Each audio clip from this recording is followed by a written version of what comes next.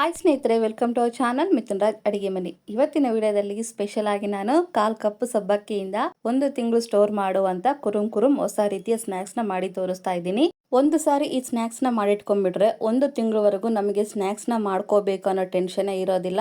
And ನಿಮ್ಮೆಲ್ಲರ ಹತ್ರ ಒಂದು ರಿಕ್ವೆಸ್ಟ್, ನನ್ನ ಚಾನಲ್ ನ ಮೊದಲನೇ ಬಾರಿ ನೋಡ್ತಾ ಇದ್ರೆ ಪ್ಲೀಸ್ ಎಲ್ಲರೂ ದಯವಿಟ್ಟು ಸಬ್ಸ್ಕ್ರೈಬ್ ಮಾಡ್ಕೊಳ್ಳಿ. ಪಕ್ಕದಲ್ಲೇ ಇರುವಂತ ಬೆಲ್ ಬಟನ್ ನ ಕ್ಲಿಕ್ ಮಾಡಿದ್ರೆ ನಾನು ಯಾವಾಗ ವಿಡಿಯೋಸ್ ಹಾಕಿ ನೋಟಿಫಿಕೇಶನ್ ಬರುತ್ತೆ. ಯಾವಾಗಲೂ ಚಕ್ಲಿ ನಿಪ್ಪಟ್ಟು ಮಾಡ್ತಾನೆ ಇರ್ತೀವಿ. ಸ್ವಲ್ಪ ಡಿಫ್ರೆಂಟ್ ಆಗಿ ಹೊಸ ರೀತಿಯಲ್ಲಿ ಈ ಸ್ನಾಕ್ಸ್ ನ ಮಾಡಿ ನೋಡಿ, ನಿಮಗೆ ನಿಮ್ಮೆಲ್ಲರಿಗೆಲ್ಲರಿಗೂ ಇಷ್ಟ ಆಗೋದಂತೂ ಗ್ಯಾರಂಟಿ. ಮೊದಲನೇದಾಗಿ ನಾನು ಯಾವ್ದಾದ್ರು ಒಂದು ಕಪ್ಪಿನ ಅಳತೆಯಲ್ಲಿ 1/4 ಕಪ್ಪಿನಷ್ಟು ಸಬ್ಬಕ್ಕಿನ ತಗೊಂಡಿದ್ದೀನಿ. ನಂತರ ಮಿಕ್ಸಿ ಜಾರಲ್ಲಿ ಹಾಕೊಂಡು ಎಷ್ಟು ಸಾಧ್ಯನೋ ಅಷ್ಟು ಫೈನ್ ಆಗಿ ಪೌಡರ್ ತರ ಮಾಡ್ಕೋಬೇಕು. ಸಬ್ಬಕ್ಕಿ ಆಗಿರೋದ್ರಿಂದ ತರಿ ಆಗುತ್ತೆ. ಆದಷ್ಟು ಫೈನ್ ಆಗಿ ಪೌಡರ್ ತರ ಮಾಡ್ಕೊಳ್ಳೋಕೆ ಟ್ರೈ ಮಾಡಿ. ನೋಡಿದ್ರೆ ವಿಡಿಯೋದಲ್ಲಿ ಕಾಣಿಸ್ತಿರೋ ಹಾಗೆ ಮಾಡ್ಕೊಂಡಿದ್ದೀನಿ. ನೀವು ಬೇಕಿದ್ರೆ ಇನ್ನೂ ಸಾಫ್ಟ್ ಮಾಡ್ಕೊಂಡ್ರು ಚೆನ್ನಾಗಿರುತ್ತೆ. ಮಿಕ್ಸಿ ಮಾಡ್ಕೊಂಡಿರೋ ಪೌಡರ್ನ ಒಂದು ಮಿಕ್ಸಿಂಗ್ ಬೌಲಿಗೆ ಹಾಕೊಂಡು ನಂತರ ಅದೇ ಕಪ್ಪಿನ ಅಳತೆಯಲ್ಲಿ 2 ಕಪ್ ಅಷ್ಟು ನಾನು ಬಾಂಬೆ ರವೆ ತಗೊಂಡಿದ್ದೀನಿ. ನನ್ನ ಹತ್ರ ಬಾಂಬೆ ರವೆ ಇತ್ತು ತಗೊಂಡಿದ್ದೀನಿ. ಒಂದು ವೇಳೆ ನಿಮ್ಮ ಹತ್ರ ಚಿರೋಟಿ ರವೆ ಇದ್ರೂ ಅದನ್ನು ತಗೊಳ್ಳಿ. ಯಾವ ರವೆ ಆದರೂ ಚೆನ್ನಾಗಿರುತ್ತೆ. ಯಾವ ಕಪ್ಪಲ್ಲಿ ನಾವು ಸಬ್ಬಕ್ಕಿ ತಗೊಂಡಿರ್ತೀವೋ ಅದೇ ಕಪ್ಪಿನ ಅಳತೆಯಲ್ಲಿ 2 ಕಪ್ ಅಷ್ಟು ಬಾಂಬೆ ರವೆ ತಗೊಂಡು ಫೈನ್ ಆಗಿ ಪೌಡರ್ ತರ ಮಿಕ್ಸಿ ಮಾಡ್ಕೋಬೇಕು. ಅಳತೆ ಹೇಳ್ತಿದ್ದೀನಿ ನೋಡಿ, 2 ಕಪ್ ರವೆಗೆ 1/4 ಕಪ್ ಅಷ್ಟು ಸಬ್ಬಕ್ಕಿ ಕರೆಕ್ಟ್ ಆಗುತ್ತೆ. ಮಿಕ್ಸಿ ಮಾಡಿರೋ ರವೆನ ಮಿಕ್ಸಿಂಗ್ ಬೌಲಿಗೆ ಹಾಕ್ತಾ ಇದ್ದೀನಿ. ನಂತರ ಇದಕ್ಕೆ ರುಚಿಗೆ ತಕ್ಕಷ್ಟು ಉಪ್ಪನ್ನ ಹಾಕ್ತಾ ಇದ್ದೀನಿ. ಉಪ್ಪು ನೋಡ್ಕೊಂಡು ಹಾಕೊಳ್ಳಿ. ನಂತರ ನಾನಿಲ್ಲಿ 1-2 ಟೇಬಲ್ ಸ್ಪೂನ್ ಅಷ್ಟು ಬಟರ್ ಹಾಕ್ತಾ ಇದ್ದೀನಿ.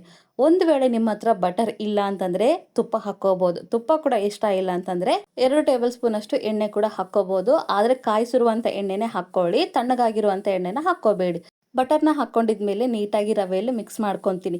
ಎಲ್ಲಿವರೆಗೂ ಮಿಕ್ಸ್ ಮಾಡ್ಕೋಬೇಕು ಅಂತಂದ್ರೆ ಕೈಯಿಂದ ಮುಷ್ಟಿ ಕಟ್ಟಿದ್ರೆ ಈ ರೀತಿ ಮುಷ್ಟಿಯಾಗೆ ಇರಬೇಕು. ಈ ರೀತಿ ಮಾಡ್ಕೊಳ್ಳಿ. ನಂತರ ಮಿಕ್ಸಿ ಜಾರಲ್ಲಿ ಅರ್ಧ ಹೋಳಷ್ಟು ಈರುಳ್ಳಿನ ಹಾಕ್ತಾ ಇದ್ದೀನಿ. ನಂತರ ಸಿಪ್ಪೆ ತೆಗೆದಿರುವಂತ ಶುಂಠಿನ ಹಾಕ್ತಾ ಇದ್ದೀನಿ. ಸ್ವಲ್ಪ 3 ಹಸಿಮೆಣಸಿನಕಾಯಿನ ಹಾಕ್ತಾ ಇದ್ದೀನಿ. ಸ್ವಲ್ಪ ಕರಿಬೇವನ್ನ ಹಾಕ್ತಾ ಇದ್ದೀನಿ. ನಂತರ 1 ಟೀ ಸ್ಪೂನ್ ಅಷ್ಟು ಜೀರಿಗೆನ ಹಾಕೊಂಡು ತರಿತರಾಗಿ ಮಿಕ್ಸಿ ಮಾಡ್ಕೋಬೇಕು. ನೀರನ್ನ ಹಾಕೋಬೇಡಿ, ಈರುಳ್ಳಿನಲ್ಲಿರುವಂಥ ನೀರಿನ ಅಂಶನೇ ಸಾಕು. ಈ ರೀತಿಯಾಗಿ ತರಿತರಾಗಿ ಮಿಕ್ಸಿ ಮಾಡ್ಕೋಬೇಕು. ಮತ್ತೆ ಹೇಳ್ತಿದ್ದೀನಿ, ನೀರನ್ನ ಹಾಕೋಬೇಡಿ. ಮಿಕ್ಸಿ ಮಾಡಿರುವಂಥ ಪೇಸ್ಟನ್ನು ರವೆಯಲ್ಲಿ ಹಾಕೊಂಡು ನಂತರ ಇದಕ್ಕೆ ಅರ್ಧ ಟೀ ಸ್ಪೂನ್ ಅಷ್ಟು ಅಜ್ವೈನ್ನ ಅಂಗೈಯಲ್ಲಿ ಹಾಕೊಂಡು ಈ ರೀತಿ ಸ್ವಲ್ಪ ಉಜ್ಜಿಬಿಟ್ಟು ನಂತರ ಹಾಕೊಳ್ಳಿ. ಅಜ್ವೈನ್ ಹಾಕೋದ್ರಿಂದ ಡೈಜೆಷನ್ಗೆ ತುಂಬಾನೇ ಒಳ್ಳೆಯದು. ನಂತರ ಅರ್ಧ ಟೀ ಸ್ಪೂನ್ ಅಷ್ಟು ಕಲಂಜಿ ಸೀಡ್ಸ್ ಹಾಕ್ತಾ ಇದ್ದೀನಿ. ನಂತರ 1/4 ಟೀ ಸ್ಪೂನ್ ಅಷ್ಟು ಅರಿಶಿನ ಪುಡಿ ಹಾಕೊಂಡು ಎಲ್ಲಾನು ನೀಟಾಗಿ ಮಿಕ್ಸ್ ಮಾಡ್ಕೊಳ್ಳೋಣ. ಒಂದು ವೇಳೆ ನಿಮ್ಮ ಹತ್ರ ಕಲಂಜಿ ಸೀಡ್ಸ್ ಇಲ್ಲ ಅಂತಂದ್ರೆ ಕರಿ ಎಳ್ಳನ್ನ ಕೂಡ ಹಾಕೋಬಹುದು. ಇವಾಗ ಸ್ವಲ್ಪನೇ ನಾರ್ಮಲ್ ಆಗಿ ಕುಡಿಯುವಂತ ನೀರನ್ನೇ ಹಾಕೊಂಡು ಸೆಮಿ ಸಾಫ್ಟ್ ಆಗಿ ಕಲ್ಸ್ಕೋಬೇಕು. ಯಾಕೆಂದ್ರೆ ಒಂದು 10-15 ನಿಮಿಷ ನೆನೆಯಕ್ಕೆ ಬಿಡಬೇಕು. ಆದಷ್ಟು ಇಲ್ಲಿ ಸ್ವಲ್ಪ ಸಾಫ್ಟ್ ಆಗಿ ಕಲ್ಸ್ಕೊಂಡ್ಬಿಡಿ.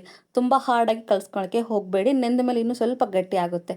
ಹಾಗಾಗಿ ಸೆಮಿ ಸಾಫ್ಟ್ ಆಗಿ ಕಲಿಸ್ಕೊಂಡು ಇವಾಗ ಮುಚ್ಚಳನ ಮುಚ್ಚಿ ಒಂದು 10-15 ನಿಮಿಷ ನೆನೆಯಕ್ಕೆ ಬಿಡ್ತೀನಿ. ಹಿಟ್ಟು ನೆಂದ ಮೇಲೆ ತೋರಿಸ್ತಾ ಇದ್ದೀನಿ ನೋಡಿ, ಸ್ವಲ್ಪ ಗಟ್ಟಿನೇ ಆಗಿರುತ್ತೆ. ಇನ್ನೊಂದ್ಸರಿ ನೀಟಾಗಿ ನಾದ್ಕೊಂಡು ಇವಾಗ 2 ಪಾರ್ಟಿಷನ್ ಆಗಿ ಅಂದ್ರೆ 2 ಭಾಗಗಳಾಗಿ ಮಾಡ್ಕೊಂಡು ಹಿಟ್ಟನ್ನ ಲಟ್ಟಿಸ್ಕೋಬೇಕು. ಲಟ್ಟಿಸೋಕೆ ಹಿಟ್ಟನ್ನ ತಗೊಂಡಿದ್ಮೇಲೆ ಉಳಿದಿರುವಂತ ಹಿಟ್ಟು ಆರೋಗ್ಬಾರ್ದಂತ ಮುಚ್ಚಳನ ಮುಚ್ಚಿ ಸೈಡ್ಗೆ ಎತ್ತಿಡ್ತೀನಿ. ನಂತರ ಲಟ್ಸೋಕೆ ನಾನು ಗೋಧಿ ಹಿಟ್ಟನ್ನ ಹಾಕ್ಕೊಂತಾ ಇದ್ದೀನಿ.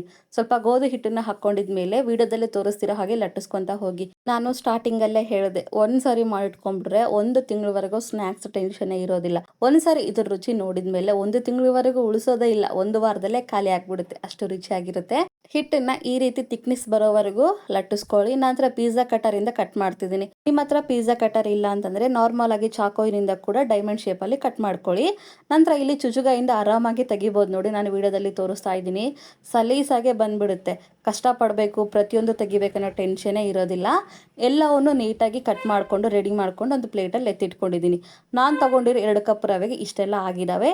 ಈ ಕಡೆ ಎಣ್ಣೆ ಕೂಡ ಚೆನ್ನಾಗಿ ಕಾದಿದೆ. ಸ್ವಲ್ಪ ಹಾಕಿ ನೋಡ್ತಿದ್ದೀನಿ ಎಣ್ಣೆ ಕಾದಿದೆನಾ ಇಲ್ಲ ಅಂತ. ಪರ್ಫೆಕ್ಟ್ ಆಗಿ ಕಾದಿದೆ. ಇವಾಗ ಗ್ಯಾಸನ್ನ ಲೋ ಫ್ಲೇಮಲ್ಲಿ ಇಟ್ಕೊಂಡು ಚಿಪ್ಸ್ನ ಹಾಕ್ಕೊಂತ ಹೋಗ್ತೀನಿ. ಒಂದೊಂದೇ ಹಾಕ್ಕೋಬೇಕು ಚಿಪ್ಸ್ ಅನ್ನೋದೇನಿಲ್ಲ. ಕೈಗೆ ಎಷ್ಟು ಬರುತ್ತೋ ಅಷ್ಟನ್ನು ಹಾಕ್ಕೊಳ್ಳಿ.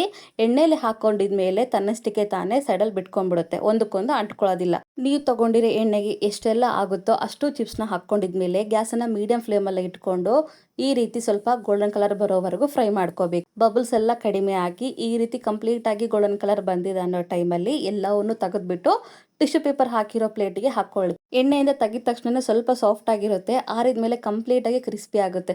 ಇವಾಗ ಎಲ್ಲವನ್ನು ಸ್ಟ್ರೈನರ್ ಇಂದ ತೆಗೆದ್ಬಿಟ್ಟು ಟಿಶ್ಯೂ ಪೇಪರ್ ಹಾಕಿರೋ ಪ್ಲೇಟಿಗೆ ಹಾಕ್ತೀನಿ. ಇದೇ ಪ್ರಾಸೆಸ್ನ ಮತ್ತೆ ರಿಪೀಟ್ ಮಾಡ್ಕೊಂತ ಹೋಗ್ಬೇಕು. ಗ್ಯಾಸನ್ನ ಲೋ ಫ್ಲೇಮಲ್ಲಿ ಇಡಬೇಕು. ಎಲ್ಲಾ ಚಿಪ್ಸ್ನ ಹಾಕೊಂಡಿದ್ಮೇಲೆ ಮತ್ತೆ ಗ್ಯಾಸನ್ನ ಮೀಡಿಯಂ ಫ್ಲೇಮಲ್ಲಿ ಇಟ್ಕೊಂಡು ಚಿಪ್ಸ್ ಕಂಪ್ಲೀಟ್ ಆಗಿ ಗೋಲ್ಡನ್ ಕಲರ್ ಬರೋವರೆಗೂ ಫ್ರೈ ಮಾಡ್ಕೊಂಡು ಸ್ಟ್ರೈನರ್ ಇಂದ ತೆಗೆದ್ಬಿಟ್ಟು ಟಿಶ್ಯೂ ಪೇಪರ್ ಹಾಕಿರೋ ಪ್ಲೇಟಿಗೆ ಹಾಕೊಂಡು ಸ್ವಲ್ಪ ಹೊತ್ತು ಆರಿದ ಮೇಲೆ ಸರ್ವ್ ಮಾಡ್ಕೊಳ್ಳಿ. ತುಂಬಾ ರುಚಿಕರವಾಗಿರುವಂತ ಹೊಸ ರೀತಿಯ ಚಿಪ್ಸ್ ರೆಡಿನಾಗುತ್ತೆ. ಖಂಡಿತ ಈ ರೆಸಿಪಿನೇ ಟ್ರೈ ಮಾಡ್ತಿರಲ್ವಾ? ಈ ರೆಸಿಪಿ ನಿಮಗೆ ಇಷ್ಟ ಆದ್ರೆ ನನ್ನ ಚಾನಲ್ನ like, share, comment and subscribe ಮಾಡ್ಕೊಳ್ಳೋದನ್ನ ಮಾತ್ರ ಮರಿಬಿಡೋಕಿನ. ಮುಂದಿನ ವಿಡಿಯೋದಲ್ಲಿ ಮತ್ತೆ ಸಿಗ್ತೀನಿ. ಅಲ್ಲಿವರೆಗೂ ಟೇಕ್ ಕೇರ್, ಬಾಯ್.